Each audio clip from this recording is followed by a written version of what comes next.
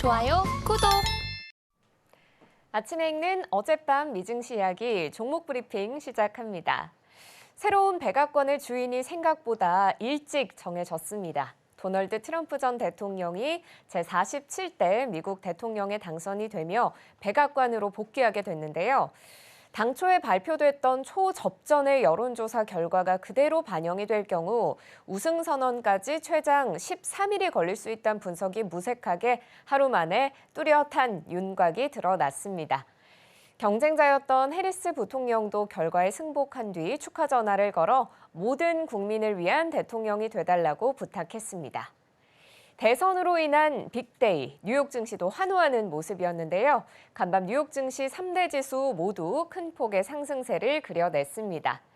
다우존스는 3.57%나 상승하며 43,730포인트를 기록했고요. S&P 500 2.53% 상승해서 5,900선 보였습니다. 나스닥 역시도 3% 가까운 상승폭을 그려내면서 18,983포인트에 마무리를 지었습니다.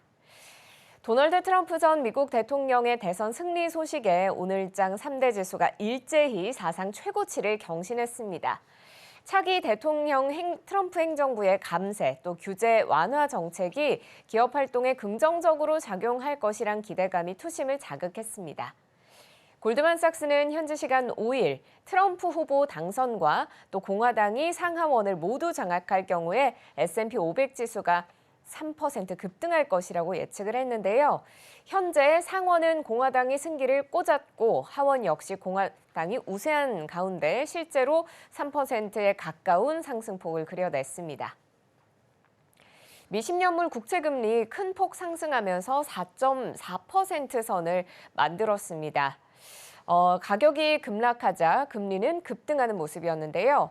트럼프 전 대통령의 공약대로 자국 우선주의가 이뤄질 경우에 수입품에 막대한 관세를 부과하게 되고 미국에서 인플레이션이 다시 반등할 수 있다는 우려가 채권 가격에 그대로 반영이 된 겁니다.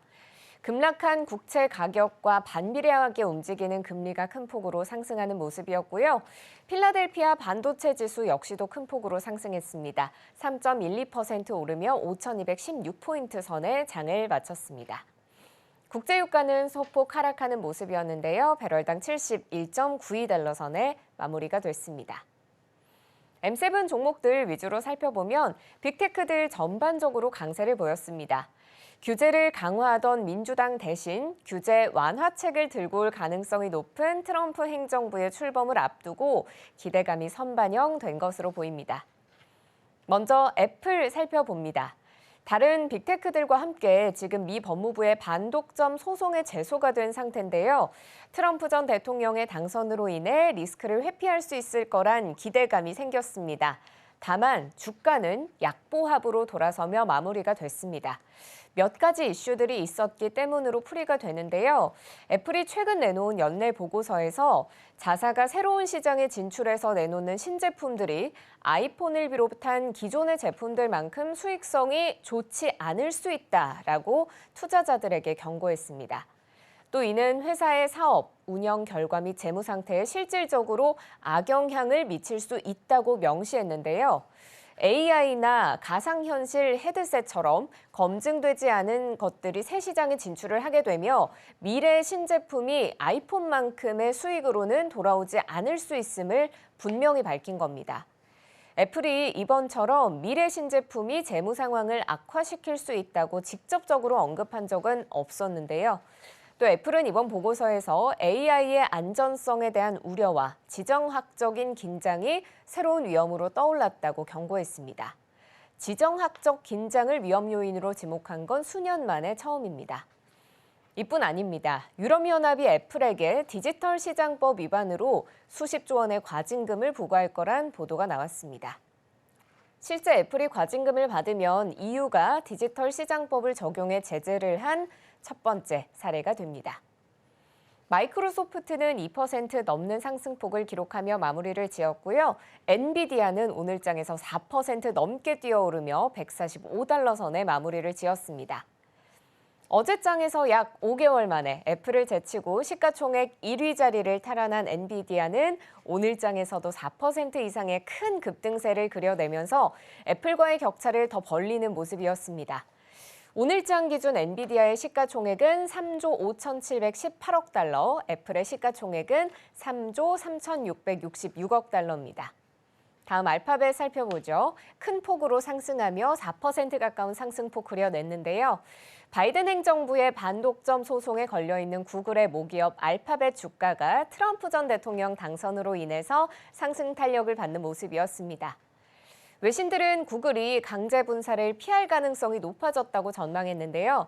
실제로 트럼프 전 대통령은 지난 10월 시카고에서 열린 행사에서 회사를 해체하지 않고 더 공정하게 만드는 일을 할 수 있다며 구글에 대한 분할 시도에는 회의적인 입장을 표명한 바 있습니다. 아마존 역시도 큰 폭으로 올랐습니다. 역시도 바이든 행정부 산하에서 반독점 소송에 걸려있는 상태인데요. 오늘장 뛰어오르는 모습이었고요. 다만 메타 플랫폼스가 약보합권으로 마무리를 지었습니다. 브로드컴은 3% 넘게 뛰며 179달러 선의 종가를 형성했습니다. 이어서 투데이 핫스탁입니다. 먼저 대통령에 당선된 트럼프 후보 관련주 살펴봅니다. 모두 수혜를 받아서 큰 폭으로 상승하는 모습이었는데요. 가장 대표적인 트럼프 테마주로 꼽히는 트럼프 미디어 앤 테크놀로지 먼저 살펴보겠습니다. 주가가 큰 폭으로 상승하면서 마무리를 지었습니다. 이번 대선 기간 트럼프 전 대통령에게 올인한 일론 머스크 CEO의 테슬라 역시도 주가가 폭등하는 모습이었는데요. 오늘장 두 자릿수의 상승세를 기록하며 288달러 선에 마무리를 지었습니다. 가상자산의 우호적인 트럼프 전 대통령 당선에 비트코인 역시도 7만 6천 달러 선을 뚫으며 강세를 보이고 있는데 미국의 최대 암호화폐 거래소인 코인베이스의 주가는 무려 31% 넘게 급등했습니다. 이외 금융기업들에 대한 규제가 완화될 거라는 기대감에 금융주들 일제히 랠리하는 모습이었습니다. JP모건 11%, 뱅크 오브 아메리카는 8%, 웰스파고 13%, 모건 스탠리와 골드만삭스 역시도 10% 이상의 상승폭을 기록했습니다. 이어서 해리스 수혜주로 분류됐던 재생에너지와 태양광 관련 종목들 살펴볼까요? 일제히 하락하는 모습이었습니다. 트럼프 전 대통령은 바이든 행정부의 인플레이션 감축법 무력화한다는 방침이어서 관련 기업들 타격을 받는 모습이었는데요. 세계 최대의 수소업체 플러그파워가 무려 22% 넘는 하락폭을 그려냈고요. 또 미국의 최대 태양광 패널 제조업체인 퍼스트솔라는 10% 이상의 낙폭을, 그리고 태양광 추적기 제조사인 어레이 테크놀로지스 역시도 주가가 20% 넘게 빠지는 모습이었습니다. 이외 선런과 솔라엣지 테크놀로지스도 주가가 각각 29%, 22% 하락했습니다. 지금까지 종목 브리핑 전해드렸고요. 저는 잠시 뒤 글로벌 이슈 들고 다시 찾아오겠습니다. 지금 바로 구독을 눌러보세요.